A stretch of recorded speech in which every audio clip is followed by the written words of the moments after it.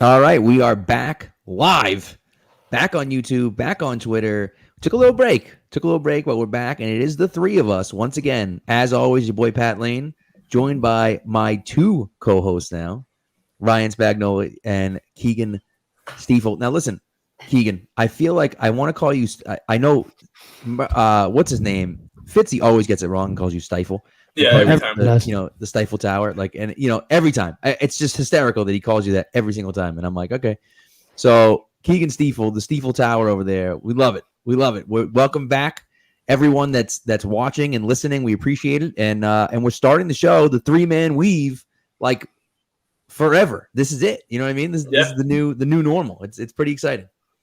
I'm the third wheel. I've never been so excited to be the third wheel, to be like the guy that just comes along and adds on to what was already a great podcast. No, I'm excited, and we've got a ton of like new ideas and stuff that we're going to be bringing to the table going into the season to try to keep people interested, because July is a bitch of a month. There's nothing going on, so we're gonna figure some stuff out to get people involved. It should be fun. Yeah, I mean, and obviously we have a lot to talk about. Obviously OTAs and minicamp happened this week. Some people showed, some people didn't, which we'll get into. But I think just to kind of get right into it, I'm a little rusty here. It's been a while, but I think the quarterback, we start there, because I think the last time we talked after the draft, we were kind of all sold on not a red shirt year, but I think the possibility of Mac Jones playing in year one wasn't as high as a probability as it is now, if that's the right wording, I guess.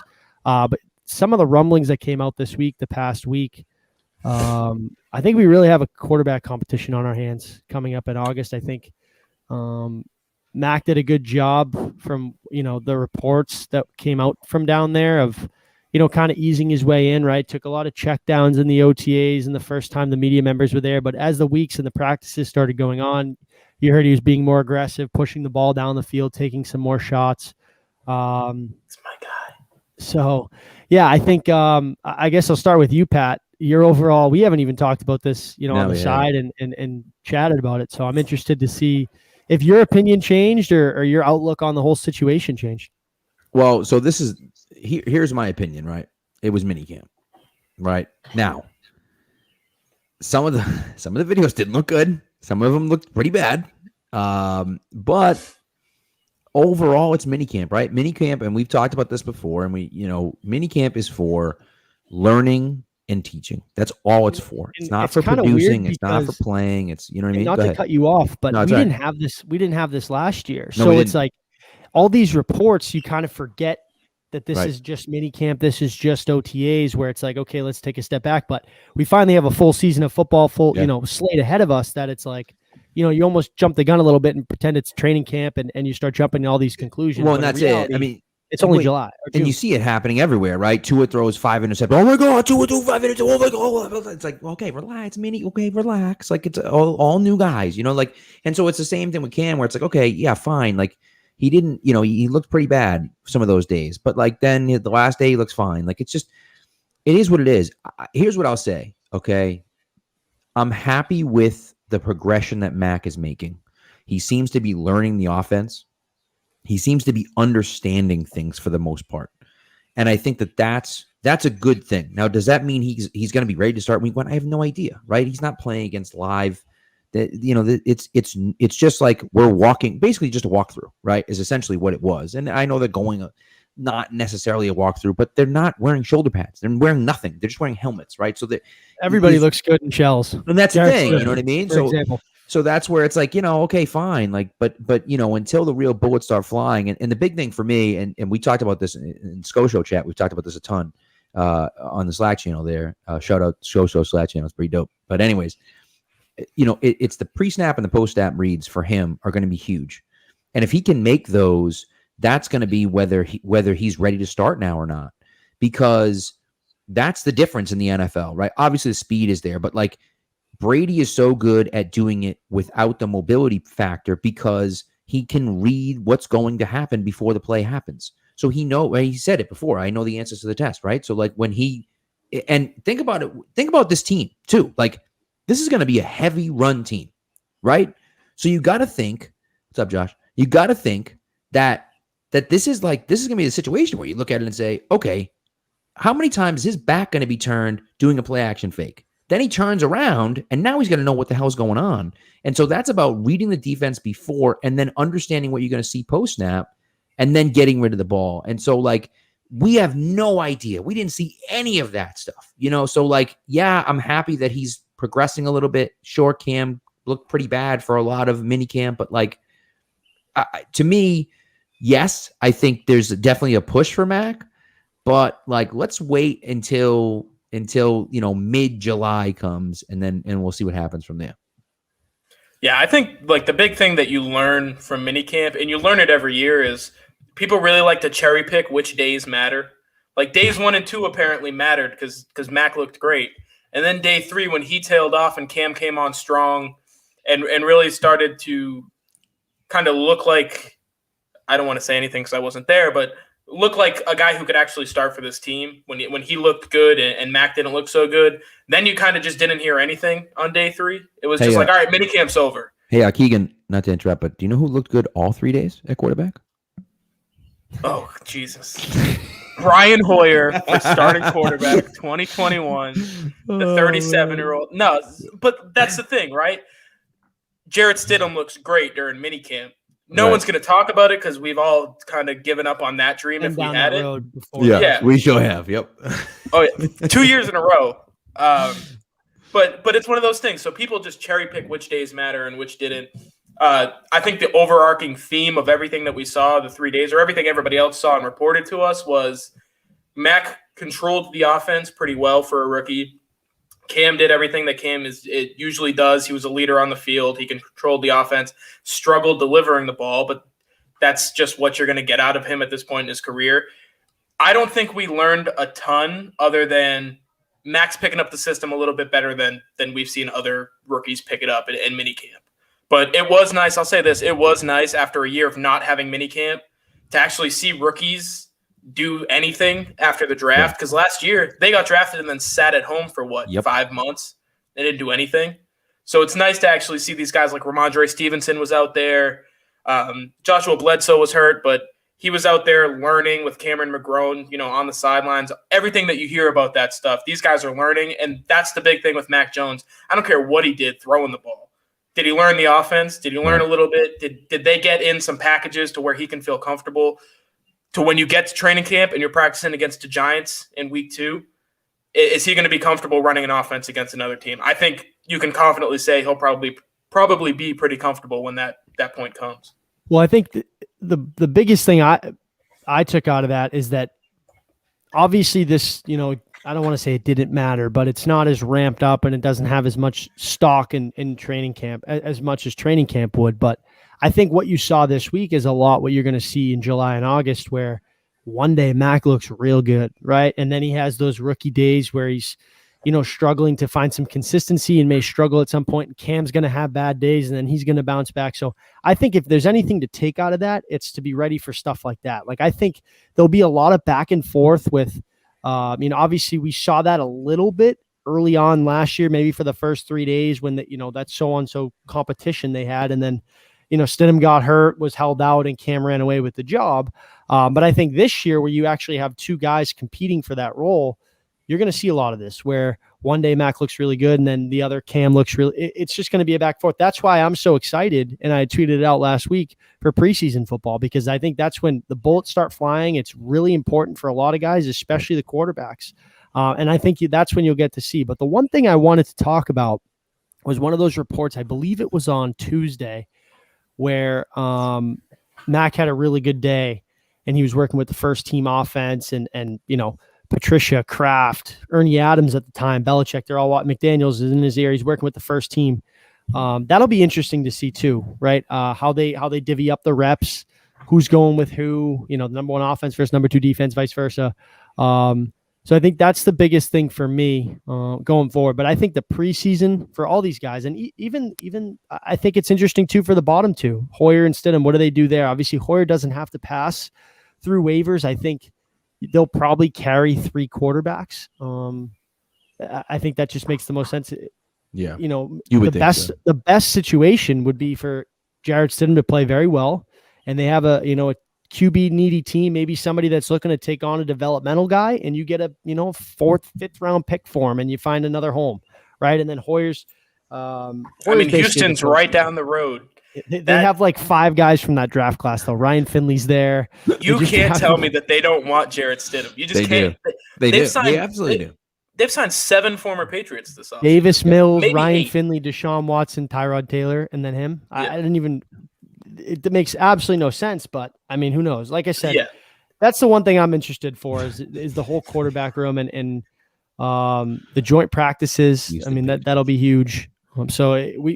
It's dry time now, but in the next 6 weeks or so, it'll get really interesting down there. Well, what I'd like to see, I don't mean to cut you off, Keegan. I'll let you go in a second, but like, what I'd like to see is they're throwing him in. Like they're just throwing him in, and they're saying, we're going to give you reps. You're not getting second team reps. Testing them. First team reps. We're giving, we're just going to throw you in. Now, when we get into those, into late into training camp and we're starting to ramp up for the regular season, maybe he doesn't get those first team reps anymore. But he's getting them now because they're just throwing him in. They're saying, let's see what you can handle. Let's just see. Let's just throw you in and see what you can handle. And if he can handle all that stuff, and mentally the game comes to him and physically he can play it, now you might look at it and say, you know what?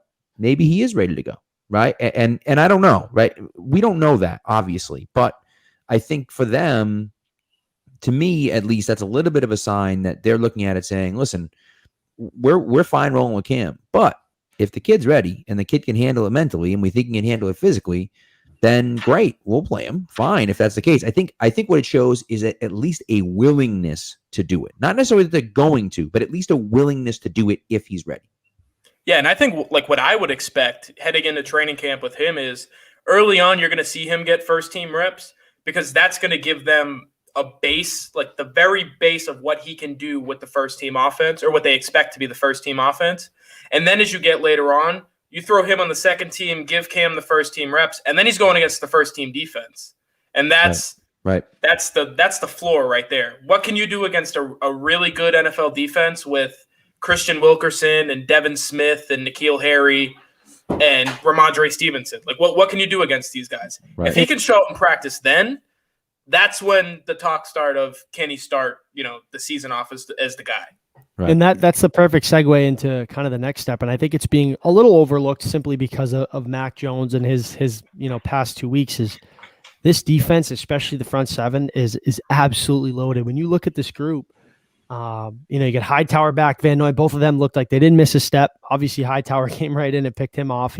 They said he looks great. He's in shape. He looks to be, back to his normal self. Then you had Matthew Judon, Chase Winovich, Barmore in there, right? I mean, Josh Uche. He was the number, a lot of people had him as that number 1 star for minicamp. He looks like he's about to take a year 2 jump and even bigger than that.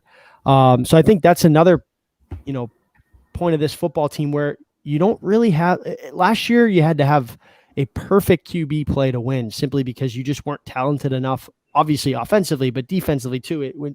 As the year went on, when guys went out, I mean, you look at that week 16, 15 game versus Buffalo, that front seven had like nobody. No disrespect, John Simon, Tayshaun Bauer, Lawrence Guy was out that game. Those guys that they played in that front seven or whatever, they won't even play 20, 15% of snaps this year. No, now you add those guys in, it just makes that complementary football so much easier, and it takes a lot of the pressure off whoever is under center. Yeah, I mean, you saw 2 guys that started on that defense last year in Week 16 just not get re-signed, or 3 guys just straight up they let them go. Yep. Carl Davis, John Simon, and Shalik Calhoun. They all started that game, and they let them walk. They wanted nothing to do with it. 2 of them are free agents still. I'm right? surprised. Yeah, Simon and Calhoun. Yeah, exactly. So that's the level of defense you were working with last year, and then this year, guys who were starting games, who deserve to be starting games, like Jawan Bentley, who played pretty well, especially for a guy who dealt with injuries in his first couple of years, didn't really play at all. He came on and played pretty strong, and then he's going to be fighting for a roster spot in training camp just because the linebackers, you're 6-7 deep at linebacker. Well, that was the biggest hole to me was the linebackers were a disaster last year, and Bentley played okay, but then like Copeland goes out. Now Adrian Phillips is your number one linebacker, and he's a freaking safety. I mean, it's just like Yeah. that was insane. And so, of course, they Eating got last gashed year. in the run game, So they added the defensive line. And it's a good question here. Hearst Empire is asking about is it they're going to run more of a 4-3 or a 3-4? It looks like they're going to run more of an odd man front. Now, of course, they're in base defense like 20% of the time. So, like, who knows what they're going to actually do. But it seems like they're going to try to run more of a 3-4. Godshaw kind of makes it seem like that. Godshaw, Anderson, Guy, like even Barmore, like those are guys that That's a typically nasty would be playing that rotation. 3-4. Yeah.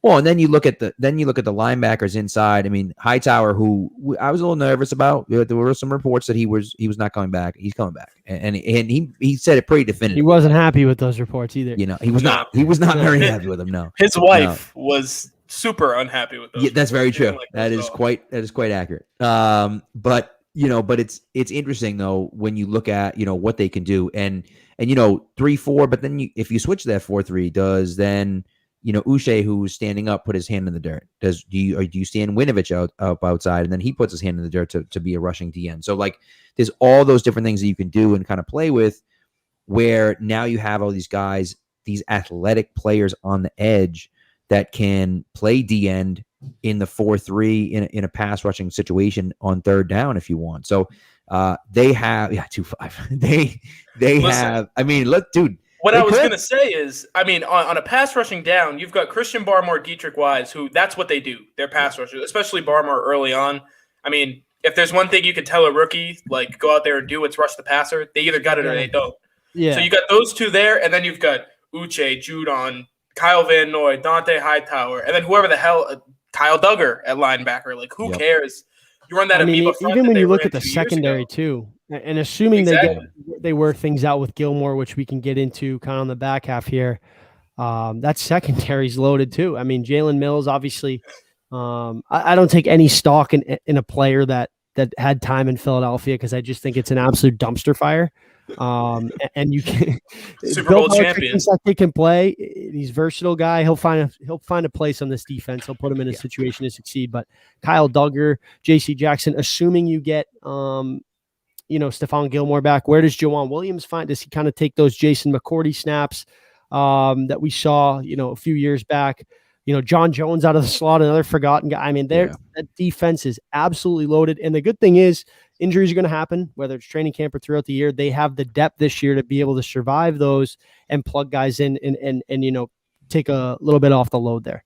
Right. The best way I saw the defense described was if they don't have a single injury this year across all of the defense, if everybody stays healthy, they're probably going to start about 20 guys just because that's the amount of stuff that they can do. Right. They're like 6 deep at defensive line, about 8 deep at linebacker, and then they've got 7, 8 defensive backs that could feasibly start. They're going to rotate these guys. They're going to keep them fresh. That defense is going to be a friggin' Which nightmare. is good too. I mean, considering you have some guys on I'd say the back 9 of their career, right? Hightower, McCourty, right?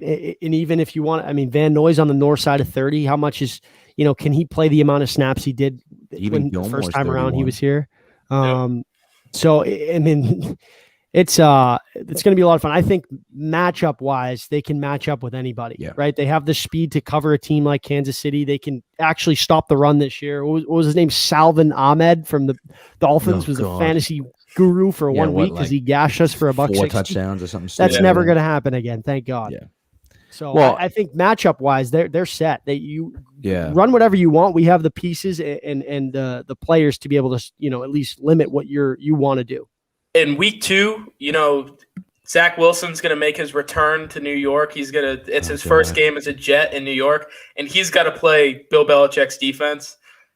That's going to be just a slaughter. It's just wrong. It's wrong. I mean, I feel bad for the kid. I mean, he's got to play Flo twice. He got to play Flo and the Dolphins twice, Belichick and the Patriots twice, and McDermott and the Bills twice. I mean, like, the kid's going to get freaking destroyed. Like, it's just their defense, their offensive line is fine. It's pretty good, right? So, like, at least he's not going to get killed on every play. But, like, still, I mean, man. But when you give him 2 seconds and he's got to get rid of the ball, and then J.C. Jackson's back there ball hawking, like, that's going to be Yeah, I think I'm no, going to put like bad 50 news. grand on it right now that they're going to win that game in week 2. But so it does bring us into what you mentioned, Spags. That's what I want to talk about is Gilmore, because Gilmore is the big question mark here, and J.C. Jackson to an extent, right? J.C. Jackson signed his tender, so like he signed for 1 year. It's a 1-year deal, so we'll see what happens next year. But theoretically, they could trade J.C. Jackson if they wanted to. But I think the big question for me is, are they going to pay Gilmore? And I think, because for those of you that don't know, that are listening or watching, that don't know, right, they took money out of this year's contract to give him last year. So they kind of gave him in advance, which was great for last year, but now he's making $7 million this year, and he has a cap at a 16 still. So, the problem is that they can't add too much onto this year's contract without the cap going crazy. So then they have to say, okay, let's add more years at the end. They're going to have to give him an extension anyways. I think it makes sense to give him an extension. The question is, we've talked about this before. What's the extension look like? Does he want 2 or 3 years, or does he want 4 or 5 years? Because if he wants 5 years, I don't see Bill ever doing that with him at 31 years old, The one thing too is, he's under contract this year, which I think it was McCourty who said. The other thing too is he's coming off a partially torn quad. I forget who it was, one of the pro football doctor people you see on Twitter. Right. That takes about 4 to 5 months to heal. I mean, that could have a lot to do with why he wasn't there today, and we're reading too much into it because it's Boston and it's the media. Obviously, the contract too. I mean, it's hard to look past that. But I think, I wouldn't be surprised, I guess, if both sides are talking and they want to get him in, get a physical on him, see how he's doing, and then talk money. I think what you said was perfect, Pat, the day of the Julio Jones trade. If they're going to commit the money to somebody over 30, it's Stephon Gilmore. I mean, the amount of times they play, man cover, I mean, he's the best guy in the league to do that. And you know what Belichick has always wanted, a true number one corner. He had it with Talib. He had it with Revis, Butler for a bit, and now Gilmore. It completely changes your defense. Yep. It is so imperative to having success on that side of the ball. So I'd be curious. I hope something would be ironed out by training camp. One of the new things in the NFLPA that I found out was these fines that you can, technically get fined, like $93,000 for not showing up to minicamp. If you do show up to training camp, the team can wipe those, and you don't have to. But if you miss training camp, if you skip training camp, you are mandated to pay the minicamp and training camp fines. I know it's a lot of terminology there, but basically, if he shows up to training camp, these fines that they're talking about, whatever, just put it in his contract. But I'm confident they'll get something done. I think it makes sense for both sides, and I think the Patriots will eventually cave because he's that important to their defense. Yeah, and 2 things on that. You saw that stretch after Asante Samuel left and before Revis got there. Yep. I mean, like Terrence Wheatley. Sterling Moore. Yeah. God. Like, no offense. I mean, he made a big play, but he did. They went to the Super Bowl out of spite. Starting in the Super Bowl. Come on. Yeah. So you saw that stretch. They need a number one corner for that defense, the Belichick defense, to really work. And then on the Gilmore front, I wouldn't be surprised at all if the only words that were spoken between him and Belichick this offseason were, I'll talk to you in July when we can start talking about money, but I'm not showing up. And Belichick said, all right, I'll talk to you in July. Right. I don't think that there's any hurt feelings or anything like that. This is I'm coming off of an injury and I want to get paid more money. I'm definitely not showing up to minicamp. And Belichick's like, yeah, I didn't expect you to either. And the good thing too about this, because it's a death sentence to skip minicamp over a contract, right? That you hear those reports about Belichick. The good thing is, and this could change, knock on wood, but he stayed quiet. I mean, he is a quiet assassin, whatever they call him. He's not taking his problems to social media. He's not tweeting about, all this stuff, which I think is good news for both sides because A, it's not going to tick Belichick off, and B, it probably means, hey, we'll get something done. Let's, like I said, get you in a physical, see how you're doing. And we'll discuss this kind of after mini camp and make sure this thing's ironed out before training camp. But not just that. You look at the player, right? Yeah, sure. Like, holding out for mini camp and stuff. Okay, maybe not the best look. But look at the player, man. Like, it's Stephon Gilmore, right? Remember Vince, when Vince wanted a new contract and he friggin' flipped out and stormed out of the building and was all pissed off, and like, he wasn't quiet about that. And you know what happened? The Patriots put up the money and they paid him. Logan Mankins did the same thing. And guess what? They paid him. Like, because they knew that those guys were imperative to the team and were incredibly impactful players on the team. Gilmore is that guy. He is that guy for the Patriots. He is arguably the best player on the team. I was just say he's probably the best player on the team. Like, if we're being Right. serious. Yeah. Like, I don't think there's any doubt about it. yeah. Right. And so he has the ability to do that. And the Patriots are like, look, we need you, so we're going to have to do that. Now, does that matter? We'll see what happens. And so this is a good question about 3-year deal. For me, that's what I want. I want this year. And they could make those Brady moves, more. right? Like they could make a Brady type contract where if you want to test the market, we'll void these, we'll pay you this year, and we'll renegotiate next year. I wouldn't like that, because if you void, neither would I. Like that's the problem, is that you give them a Taysom Hill deal, right? Where it's like all fake years or whatever, and it's like, what are we doing? Like that doesn't make any sense. We have the cap money now.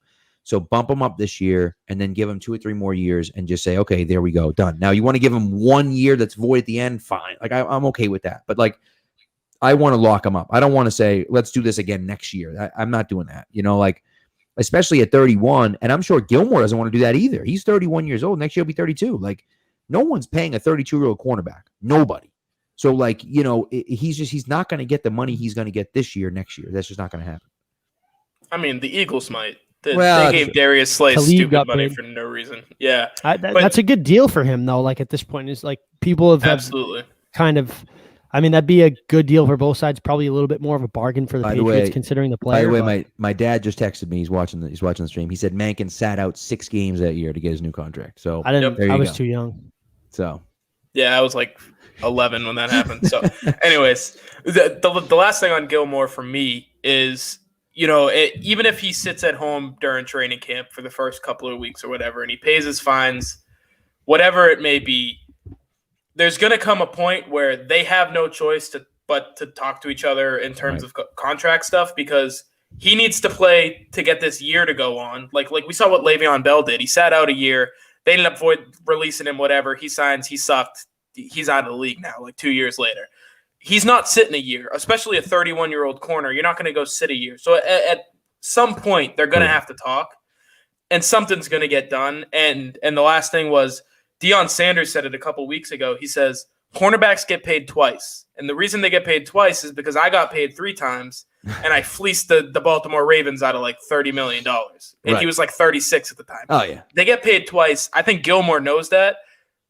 So if the Patriots present him with a contract, say add 3 years onto this one, give him $80 million, $75 million, whatever it may be, and you do that, that's his chance. He's going to get that money. No one else is going to give him that money. Right. And if he risks it, then he risks, giving up a ton of dough. So if you give him a good enough contract to where he can feel secure and feel whatever top 5 paid corner or whatever like that, he's going to take it. And the big point of it is they're going to have to talk eventually, and I would assume it's right around the start of training camp. To me, it's a 3-year extension. 2 or 3 year extension, you're paying him $15-16 million a year, right? That's what it looks like to me, because Ramsey's getting 20. You're not getting 20 million. But if you get somewhere between 15 and 16, now you're like top 5, top 10. That to me makes sense. And so, whatever it takes. Now, he's $7 million this year, so you got to give him an extra like 9 this year, plus the what's that, 45 over the 3 years. So you're looking at $54 million extension, right? Like. Right. 3 years, $54 million extension. Like, fine. Like, my math is horrible. Thank you. Well, I teach math, so I should. Yeah, I was trying to give him like $30 million a year without even knowing. Before we go, we were going to wrap up with one thing. Next week, we have a new segment that we're going to debut. We'll push it off till next week. Give us some time to research and really get into this. I'm ready right now. We're going to push it off. Yeah. I'm ready right now. No, we're going to push it off. Research and everything. Yeah, we'll put. I'm unprepared. I'm unprepared. Yeah. Spags, okay. I'll blame it on Spags. He's unprepared. So next week we're gonna do a draft, and it's gonna be a snake draft. Each of us will make 4 picks, and it will be a different topic every week. Next week it's gonna be undrafted free agents. So the best or your favorite, you can interpret it however you want. We'll draft them. Each of us will have 4 undrafted free agents that had to start their career with the Patriots. Their first contract had to be with the Patriots, and we'll draft those, and then we'll put out a poll with a graphic that has all of our draft picks and stuff like that for you guys. We'll all retweet it. The Pat's Pulpit Twitter account will retweet it. And you guys will be able to vote, see whose was best. We'll keep a tally. We'll do that all the way leading up to the season. And then eventually, who knows what we'll do once the season comes. But I stole this idea from another podcast. I think it's really fun. It's a Chicago podcast. They were never going to do a Patriot-centric one. I think this is a good way to get you guys involved in. For us to waste some time during the week, like an hour, looking at our favorite undrafted free agents. I call Terrence Wheatley. And for you, he was a second-round pick, bro. For you, yikes. Played like an undrafted free agent. He sure did. So the one other thing for you fantasy people out there. Now I'm in the Scott Fish Bowl, which is pretty exciting for fantasy people. That's in 100 leagues. So. I'm in quite a few. I joined a few dynasty leagues this year. I'm going crazy. So I'm now writing and podcasting for Eat Sleep Fantasy. Eat Sleep Fantasy's kind of been on the show, done our draft special the last few years. But we're going to be doing a quick fantasy segment every week as well. So that may not start next week, but I'm in talks with some people to try to get them on just like 5 minutes. I think Spags' idea was like 5-minute fantasy. I like that idea. So 5 minutes fantasy football update. Boom. Like here it is, whether it's a dynasty league or just a redraft or whatever, look at these guys, look at those guys or whatever. So just 5 minutes an episode, kind of bring someone in from the fantasy community. There's a million people out there. It's some really awesome people out there too. So, but trying to hook people up with the fan because fantasy football is something that everyone does. Like it's a $1 billion industry, right? So I hate fantasy football and I still do it. Like everybody does it. And one of the things that we wanted to kind of plug a little bit was the Twitter account, podcast Twitter account @PatsNationPod. Tweet your questions if you got fantasy questions. Yes. If you want to see somebody on, tag them and tag us and be like, hey, go on the pod. We're going to want to have guests for the draft, stuff like that. So follow that, tweet at us, give us your opinion on stuff. Maybe we'll talk about it during the podcast. We're trying to get that thing off the ground a little bit. So it should be fun. We've had it. Now Keegan took over running that. And it's actually, he's going to have to do something. So the deal is Pat and Spags have big boy jobs. I'm still in school, so I have nothing going on during the week. So all years, I texted Spags and Pat and I was like, hey, I made a logo. Do you guys want to use it? And they were like, yeah. Sure. Great. Do whatever you want, man. I don't care. We trust we love the enthusiasm, the youthful enthusiasm. It's great. Yeah. So no, it should be fun. I think it's going to be a lot of fun having more interaction with the fans. Well, that's the idea, right? Is we want you guys tune in, you guys watch and listen, and we want you guys to be involved. And the chat's been great. People have been commenting on the chat, and we appreciate that. But we want to find other ways to get you guys involved too. So we figure let you guys have a little bit of fun too, and hopefully at our expense as well, because I'm sure we do enough drafts, and one of us or all of us are going to look stupid at some point, and so I was going to draft Terrence Wheatley, and he was a second-round pick. It's going to be tough. See, there you go. See. Oh man, dude, I was gonna win. I was gonna be like, oh, first pick, over. It's over. You got another week to sit on it. Yep. So do we. He's gonna overthink it, and he's gonna draft somebody horrible. I can feel it. No, but we'll see. Anyways, that's it. That's all we got. Thanks for listening, guys. We appreciate it. We're gonna be back every week now. Probably mostly on Tuesday and Wednesday nights. We pushed it to Thursday because I chaperoned the senior prom yesterday at Gillette Stadium, which is looking cool. Snazzy. Snazzy. Had to do it up. Looking good. I mean? So I'd look good for all the female teachers out there. You know what I mean? My prom was at a bingo hall behind a Dairy Queen. Here we go. There you go. Those kids had a way better. Definitely better than Gillette Stadium, dude. You know what we gave on the way out? We gave them donuts on the way out. It was pretty dope. So it was pretty cool. So that was we got favor on the way out. We got whiskey glasses with the prom on it. We were all 18-year-olds who got whiskey glasses. They know the deal. They know the deal. It was Texas. They're wild down there. Yeah, Oh my god. Go have some whiskey on the rocks with your pop.